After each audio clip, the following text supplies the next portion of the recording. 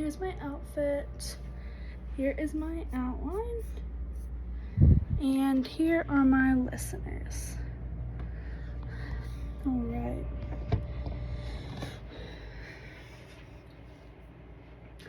Good afternoon, everyone.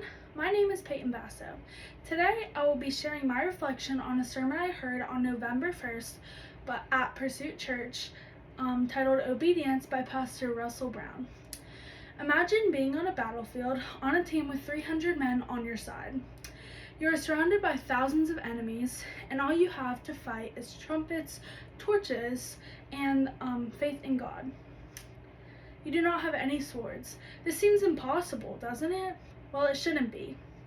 Faith in God led Gideon and his men to win this war. Today, I'll focus on 4 main points that the pastor discussed. First, how are obedience and faith inseparable?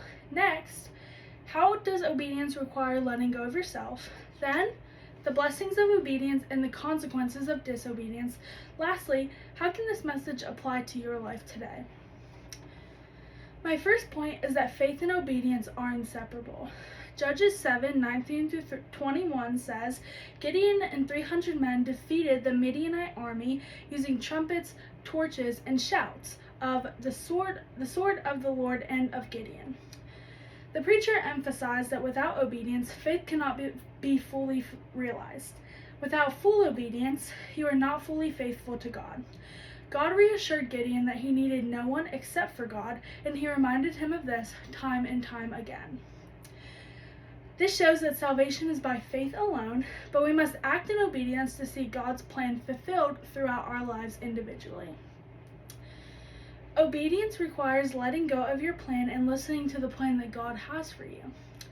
God called Gideon to be courageous instead of being in constant fear and timidity. He wants Gideon to be obedient and fully trust in the Lord.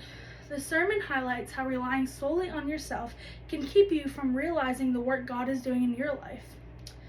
The only thing holding us back from full obedience is ourselves. We are either fully being obedient to God or not being obedient at all. A blessing will come to those who obey God and let His grace work fully throughout their lives. Pastor Russell then reminded us that obedience brings blessings, disobedience brings consequences. Deuteronomy says, If you faithfully obey the Lord will set you high above all nations. All these blessings shall come upon you if you obey the voice of the Lord your God. John 14:15 says, If you love me, you will keep my commandments. As believers, we are called to serve others and spread the gospel.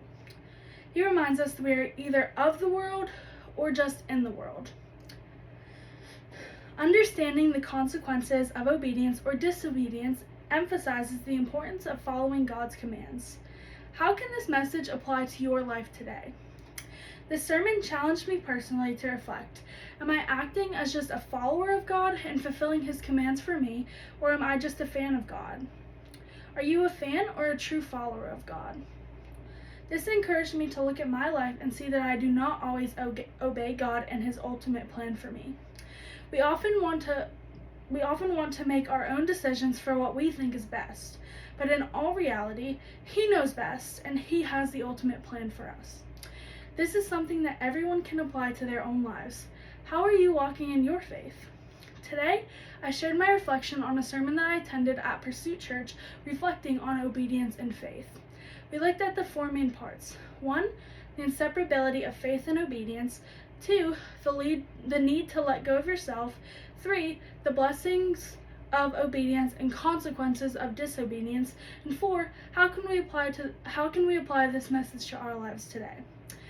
Just as Gideon's faith and obedience led to incredible victories, we too can experience God's power when we fully surrender to Him. Obedience is not always easy, but it is through obedience that we see the greatest results in our lives. We can experience God's power by fully surrendering ourselves to Him and His plan for us. We saw how Gideon's faith and obedience led to a victory that he did not believe in to begin with. Obedience is not always easy, but through obedience we can see God's work in our lives today. Thank you all.